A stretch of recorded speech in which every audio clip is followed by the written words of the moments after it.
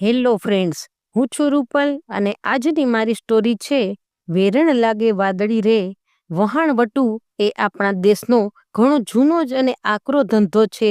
આપણા ખારવાના સાહસ, એના સુખ દુઃખ, એની રહેણી કહેણી, એના હૈયાની વેદનાના ટીપણા ઉખેડીએ ત્યારે ખબર પડે કે ખારવાની જિંદગી શું છે.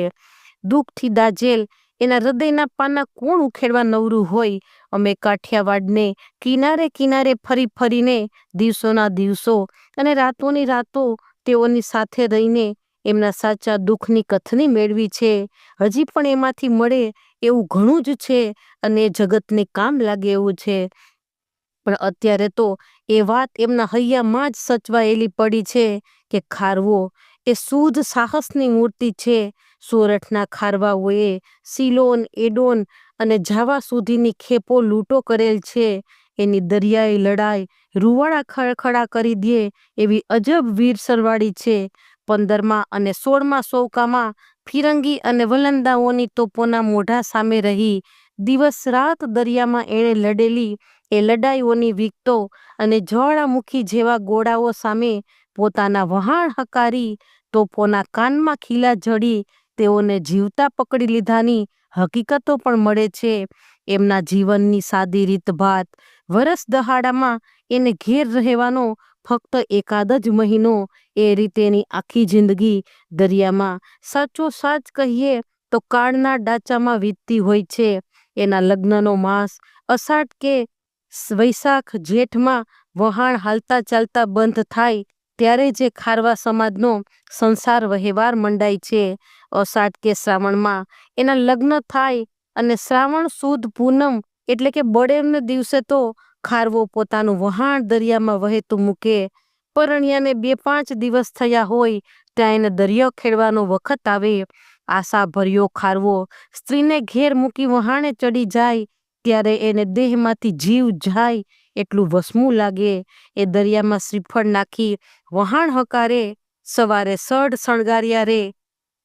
તેમ ખારવો દારૂ પીને ગાંડો બને એનું કારણ એ કે દારૂમાં બેભાન બનીને પોતાની સ્ત્રીને ભૂલી જઈને પોતાનું વહાણ હંકારી મૂકે છે. એ વહાણ હંકારવું જ્યારે શરૂ કરે ત્યારે સ્ત્રીઓના ટોળે ટોળા એને વળાવવા જાય અને નારી સમાજ દરિયાની ભેખડ પર બેસે છે. દરિયાની સપાટી પરથી સઢની છેલ્લી ટીસી દેખાતી બંધ થાય ત્યાં સુધી બેસે, ગીત ગાય અને દરિયાદેવને એની ભાષામાં વિનવે કે હે રત્નાગર સાગર, હે મોટા પેટવાળા દેવતા, અમારા માનવી અમે તારે ખોડે મૂક્યા છે, એને હેમ ખેમ ઘેર પાછા લાવજે, મીઠો મીઠો વાવડો દેજે, અમારા કાળા માથાના માનવીના અવગુણ સામું જોઈશમાં. એ રીતે સાગર રાણાને મનાવી ખારવો ઘરે આવે. દરિયામાં 8-10 મહિના વહાણ ચાલે. દરેક વહાણ મોડામાં મોડું જેઠ સુદ ત્રીજે તો પોતાના ઘરે આવી જ જાય. ત્યાર પછી જે વહાણ ન આવ્યું હોય તેનું 99% જોખમ, કારણ કે દરિયામાં તોફાન જાગે. જે વહાણ ન આવ્યું હોય એકનો એક દીકરો કે ભાઈ અથવા પતિ તે વહાણમાં હોય. વૃદ્ધ ખારવણ ડોસી અડધા નળિયા તથા અડધા નાળિયેરીના પાનથી છાજેલ પોતાના ઝૂંપડામાં સૂતી હોય. ચંદ્રમાં અડધા આભમાં ચડ્યો હોય. સંસાર મેઘરાજાના સ્વપ્ના સેવતો સૂઈ ગયો હોય. તે વખતે મા તો અર્ધનિંદરમાં પોતાના દીકરાના વહાણને શોધતી હોય. છાજેલ ઝૂંપડીમાં ચંદ્રમાના કિરણોના ચાંદડા પડતા હોય. કાગા નીંદરમાં એને જોતી રહેતી હોય. ત્યાં ઓચિંતા એ ચાંદડા દેખાતા બંધ થાય અને આભમાં એક વાદળી ચડી છે એમ અનુમાન કરી ભયભીત બનેલ માં બહાર નીકળે.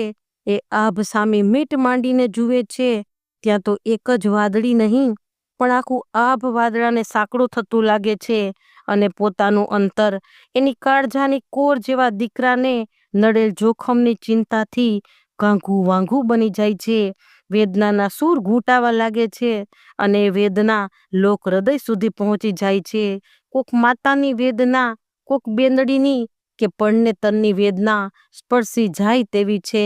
તો ફ્રેન્ડ્સ, આ વાર્તા દુલાભાયા કાગની છે અને તે કાગવાણી એકમાંથી લેવામાં આવી છે. જો વાર્તા ગમી હોય તો લાઈક કરો, શેર કરો અને સબસ્ક્રાઈબ કરો. Thanks for watching.